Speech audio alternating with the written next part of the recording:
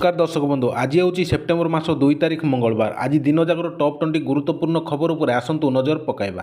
भिडियोटी को शेष पर्यंत देखंतु। मात्र किछि समय मध्य जानिपारे आज दिनर संपूर्ण खबर। ता पूर्व चैनल नुआ थिले चैनल को सब्सक्राइब करी पाखरे आसुवा बेल आइकन को ऑन करी रखंतु। एमिति सबुदिन लाटेस्ट न्यूज सर्वप्रथमे देखिया पाई।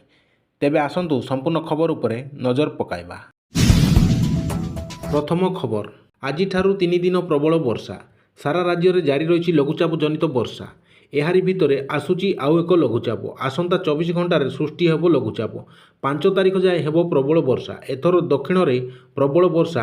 आज 3 दिन धरी दक्षिण ओडिशा रे अति प्रबल वर्षा नहीं अलर्ट जारी करिछि पाणीपाग विभाग। मेघुआ पाग सह पवनर बेग को नहीं समुद्र अशांत रहिबो। तेणु सुरक्षा दृष्टि 2 ରୁ 4 तारिख मध्य समुद्र मध्य को न जिबा पई पाणीपाग केन्द्र पक्षरु परामर्श दिया जाइछि। परवर्ती खबर, गतकाली श्रीमंदिर रे खोलिला मातृ शिशु स्तन्यपान कक्ष। श्रीमंदिर प्रशासन प्रयास रे श्रद्धालु माँ और शिशुक उद्देश्य आरंभ होईछि। निकटर एने निर्देश देइथिले श्रीमंदिर मुख्य प्रशासक। ए छोट शिशु को नहीं आसुथिबा माँ आउ पिलांकु स्तन्यपान कराइबारे हैरान हेबेनी। से आराम स्तन्यपान कक्ष को जाई पिलांकु खाइबाकू देई पारिबे। कक्षर रक्षणाबेक्षण पाई जड़े महिला कर्मचारी मध्य नियोजित होइछन्ति बोली सूचना रही। परवर्ती खबर, शिक्षक मानक नहीं एक बड़ राय शुणाई सुप्रीमकोर्ट। सुप्रीमकोर्ट कहते जे जो शिक्षक मानकर 5 वर्ष अधिक समय चाकरी अच्छी सेमानकु टीईटी बा शिक्षागत योग्यता परीक्षा रे पास करने को हेबो। ओडिशा दृष्टि रे देखिबाको हेले शिक्षक मानकु ओटीईटी पास करने को पड़िबो। एपरि नहेले चाकरी हराइबाकू पड़ी पारे। सुप्रीमकोर्ट पक्षर विचारपति दीपंकर दत्ता एवं अगस्टिन जॉर्ज खंडपीठ निज राय कहते जे जो मानकर 5 वर्ष अधिक चाकरी बाकी अच्छी सेमानकु बाध्यतामूलक भाव में टीईटी पास करने को पड़िबो। टीईटी संपर्क में सुप्रीमकोर्ट को यही निर्देश को शिक्षा व्यवस्था गुणवत्ता एवं दायित्व सुनिश्चित करने दिगरे एक बड़ पदक्षेप बोली विवेचना करा जायछि। तथापि जो शिक्षक मानकर अवसर पाई 5 वर्ष कम चाकरी बाकी अच्छी सेमाने टीईटी पास न करी मध्य चाकरी रे रही पारिबे। किंतु कोर्ट यह मध्य स्पष्ट करिसेंति जे जो शिक्षक माने परीक्षा रे पास करि पारिबे नाही सेमाने चाकरी छाड़ी पारिबे किंबा बाध्यतामूलक अवसर नहीं टर्मिनाल सुविधा पाई पारिबे बोली सूचना रही। परवर्ती खबर, राजधानी पाई भविष्य में मेट्रोर आवश्यकता रही। राज्य सरकार भी मेट्रो सीट पाई इच्छुक कहले नगर उन्नयन मंत्री। पूर्व मेट्रो प्रकल्प पाई ट्राफिक समस्या उपजुला। टेस्टिंग समय यातायात नहीं समस्या देखा देइतिला। काम चली स्थिति जटिल होता बोली कहले कृष्णचंद्र महापात्र। यातायात को अधिक सुविधा करने रिंग रोड को अनुमोदन मिली। एही 6 लेन केवल भुवनेश्वर कटक खोर्धा नुहे राज्य पाई सुविधा। केंद्र सरकार सहायता रे आग को मेट्रो प्रकल्प कार्य हेबो। भुवनेश्वर रे मेट्रो प्रकल्प को नहीं एमिति प्रतिक्रिया रखिछन्ति नगर उन्नयन मंत्री कृष्णचंद्र महापात्र। परवर्ती खबर, गृह निर्माण और नगर उन्नयन विभाग ओडिशा यात्री आप रे कलेबर बढ़ाई। एणिकी एई आप माध्यम रे आम बस एवं सातपड़ार चिलिका बोटिंग निमते टिकट किनी पारिबे। पर्यटक एवं यात्री अनुभव को अधिक सुखद एवं सहज करने उद्देश्य रे एई नूतन सुविधा को आप रे अंतर्भुक्त करा जायछि बोली सूचना रही। परवर्ती खबर, स्वास्थ्यकर्मी को चिकित्सा सुविधा मिली नथिबा अभियोग होइछि। चिकित्सा रे अवहेला जोगुं गर्भवती थिबा जणे आशाकर्मी मृत्यु घटिछि। नवरंगपुर जिला उमरकोट रे एई अभावनीय घटना घटिछि। परिवार लोके क्षतिपूरण दाबी रे रास्ता मझिरे मृतदेह रखी धारणा देइथिबा सूचना रही। परवर्ती खबर, ओडिशा अधीनस्थ कर्मचारी चयन आयोग द्वारा परिचालित राजस्व निरीक्षक अमीन सहकारी राजस्व निरीक्षक एसएफएस एवं आईसीडीएस सुपरभाइजर परीक्षा आसंता अक्टोबर 8 तारिख रे अनुष्ठित होब। यह नवेम्बर तृतीय सप्ताह पर्यंत चली पारे। ए संपर्क में आयोग पक्षर सोमवार विज्ञप्ति जारी करा जायछि। परवर्ती खबर, रेलवाई पक्षर आसिला बहुत बड़ खुशी खबर। पार्वण ऋतु रे भिड़ कमाइबाकू 150 स्वतंत्र ट्रेन चलाइबाकू निष्पत्ति नेइछि रेलवाई विभाग। परवर्ती खबर, आम्बुलांस रे ऑक्सीजन सरीजिबारु महिला रोगी मृत्यु होइछि। मृतक हेले जगतसिंहपुर ब्लॉक ओला पंचायतर कमला पंडा। ଛାତିରେ ଯନ୍ତ୍ରଣା ଅନୁଭବ କରିବାରୁ ସେ ଜଗତସିଂହପୁର ଜିଲ୍ଲା ମୁଖ୍ୟ ଚିକିତ୍ସାଳୟରୁ ଘରୋଇ ଆମ୍ବୁଲାନ୍ସରେ କଟକ ସ୍ଥାନାନ୍ତରିତ ହେଉଥିଲେ। 2 କିଲୋମିଟର ଯିବା ପରେ ଆମ୍ବୁଲାନ୍ସରୁ ଅକ୍ସିଜେନ୍ ସରିଯିବାରୁ ତାଙ୍କର ମୃତ୍ୟୁ ହୋଇଥିବା ସୂଚନା ରହିଛି।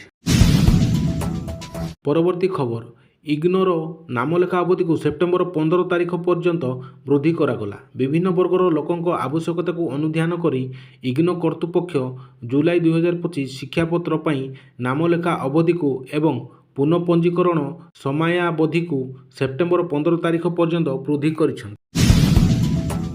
ପରବର୍ତ୍ତୀ ଖବର, ଗୋପବନ୍ଧୁ ସାମ୍ବାଦିକ ସ୍ୱାସ୍ଥ୍ୟ ବୀମା ଯୋଜନାର ଆବେଦନ ତାରିଖକୁ ବୃଦ୍ଧି କରାଯାଇଛି। ପୂର୍ବରୁ ଏହି ଆବେଦନର ଶେଷ ତାରିଖ ଅଗଷ୍ଟ 30 ତାରିଖ ରହିଥିଲା। ସାମ୍ବାଦିକମାନଙ୍କ ଅନୁରୋଧ ରକ୍ଷା କରି ରାଜ୍ୟ ସରକାର ଏହି ଆବେଦନର ଶେଷ ତାରିଖକୁ ସେପ୍ଟେମ୍ବର 8 ତାରିଖ ପର୍ଯ୍ୟନ୍ତ ବୃଦ୍ଧି କରିଛନ୍ତି। ପୂର୍ବରୁ ମଧ୍ୟ ଏହି ଆବେଦନ ସମୟସୀମାକୁ ବୃଦ୍ଧି କରାଯାଇଥିଲା ବୋଲି ସୂଚନା ରହିଛି। ପରବର୍ତ୍ତୀ ଖବର, ଚଳିତ ବର୍ଷ ଦୁର୍ଗାପୂଜା ଭସାଣରେ ଡିଜେ ବାଜିବନି। ଭସାଣରେ ଲେଜର ଲାଇଟ୍ ଓ ବାଣ ଫୁଟାଇବାକୁ ବି ମନା। ଏହିସବୁ ଉପରେ ଲାଗିଲା କଟକଣା। ଚଳିତ ବର୍ଷ ଦୁର୍ଗାପୂଜାକୁ ନେଇ ପୋଲିସ ସେବା ଭବନରେ ବସିଥିବା ବୈଠକରେ ଏହି ନିଷ୍ପତ୍ତି ନିଆଯାଇଛି। କେବଳ ପାରମ୍ପରିକ ବାଜାରେ ହେବ ମା'ଙ୍କ ଭସାଣ। ଦୁର୍ଗାପୂଜା ପାଇଁ ପ୍ରସ୍ତୁତ ବୈଠକରେ ନିଆଯାଇଛି ଏପରି ନିଷ୍ପତ୍ତି ବୋଲି ସୂଚନା ରହିଛି। ପରବର୍ତ୍ତୀ ଖବର, ଭୁବନେଶ୍ୱର ବରମୁଣ୍ଡା ଅନ୍ତରାଜ୍ୟ ବସ୍ ଟର୍ମିନାଲରେ ହେବ ଦୋକାନ ବଣ୍ଟନ। BDA vice chairman doctor N Tirumal Nayak ସୋମବାର ଏହି ବଡ଼ ଘୋଷଣା କରିଛନ୍ତି। 10 ଦିନ ଭିତରେ 120 ଦୋକାନୀଙ୍କୁ ଲଟେରୀ ମାଧ୍ୟମରେ ଦୋକାନୀଙ୍କୁ ଘର ଆବଣ୍ଟନ କରାଯିବ ବୋଲି ସେ କହିଛନ୍ତି।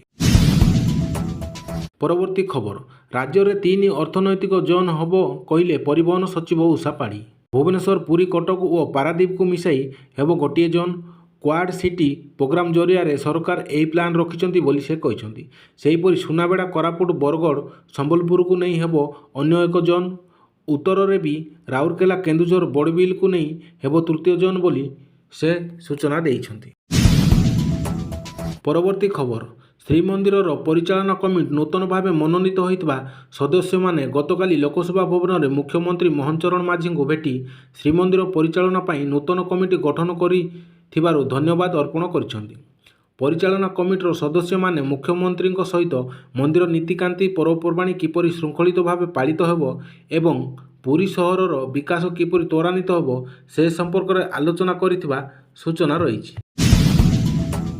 ପରବର୍ତ୍ତୀ ଖବର, ରାୟଗଡ଼ା ଜିଲ୍ଲା କଲୋନୋରା ଅଞ୍ଚଳରୁ 2ଟି କଲୋରାପତ୍ରିଆ ବାଘ ଚମଡ଼ା ଜବତ ସହ 4 ଜଣଙ୍କୁ ରାୟଗଡ଼ା ବନ ବିଭାଗ ସହାୟତାରେ ମୁମ୍ବାଇସ୍ଥିତ ଡିରେକ୍ଟର ଅଫ୍ ରେଭିନ୍ୟୁ ଇଣ୍ଟେଲିଜେନ୍ସ ବିଭାଗ ଗିରଫ କରିଥିବା ଜଣାପଡ଼ିଛି।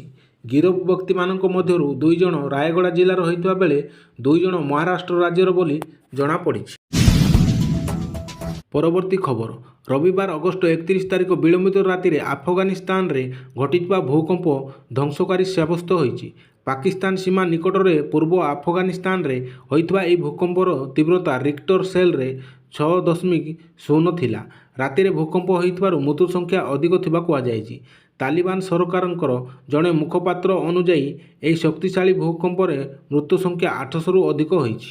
ଏଭଳି ଭୟାବହ ଭୂକମ୍ପର ସାମ୍ନା ଆଫଗାନିସ୍ତାନ କରୁଥିବା ବେଳେ ସହାୟତା କରିବାକୁ ପ୍ରତିଶ୍ରୁତି ଦେଇଛନ୍ତି ପ୍ରଧାନମନ୍ତ୍ରୀ ନରେନ୍ଦ୍ର ମୋଦି। ପରବର୍ତ୍ତୀ ଖବର, ରାଜ୍ୟ ସରକାରଙ୍କ ବଡ଼ ଘୋଷଣା, ଓଡ଼ିଶାରେ ଗଠନ ହେବ ଆଉ 7ଟି ନୂଆ ମ୍ୟୁନିସିପାଲିଟି ଓ 16ଟି ନୂଆ ଏନ୍ଏସି। ସ୍ୱାୟତ୍ତ ଶାସନ ଦିବସର ଅବସରରେ ଏନେଇ ଘୋଷଣା କରିଛନ୍ତି ମୁଖ୍ୟମନ୍ତ୍ରୀ ମୋହନ ଚରଣ ମାଝୀ। ପରବର୍ତ୍ତୀ ଖବର, ପୂର୍ବତଟ ରେଳପଥ ଯାତ୍ରୀଙ୍କ ସୁବିଧା ବୃଦ୍ଧି ଏବଂ ବର୍ଦ୍ଧିତ ଚାହିଦାକୁ ଦୃଷ୍ଟିରେ ରଖି ପୁରୀ ବାଙ୍ଗିରିପୋଷି ପୁରୀ ଏକ୍ସପ୍ରେସରେ ଏକ ଅତିରିକ୍ତ ନନ୍-ଏସି ଚେୟାର କାର୍ କୋଚ୍ ସ୍ଥାୟୀ ଭାବରେ ସଂଯୋଗ କରିବାକୁ ଘୋଷଣା କରିଛି। ପରବର୍ତ୍ତୀ ଖବର, ଆଜି ଭୁବନେଶ୍ୱରରେ 22 କ୍ୟାରେଟ୍ର ସୁନାର ଦାମ ଗ୍ରାମ ପିଛା 9,705 ଟଙ୍କା ଥିବାବେଳେ 24 କ୍ୟାରେଟ୍ର ସୁନାର ଦାମ 10,588 ଟଙ୍କା ଥିବା ଜଣାପଡ଼ିଛି।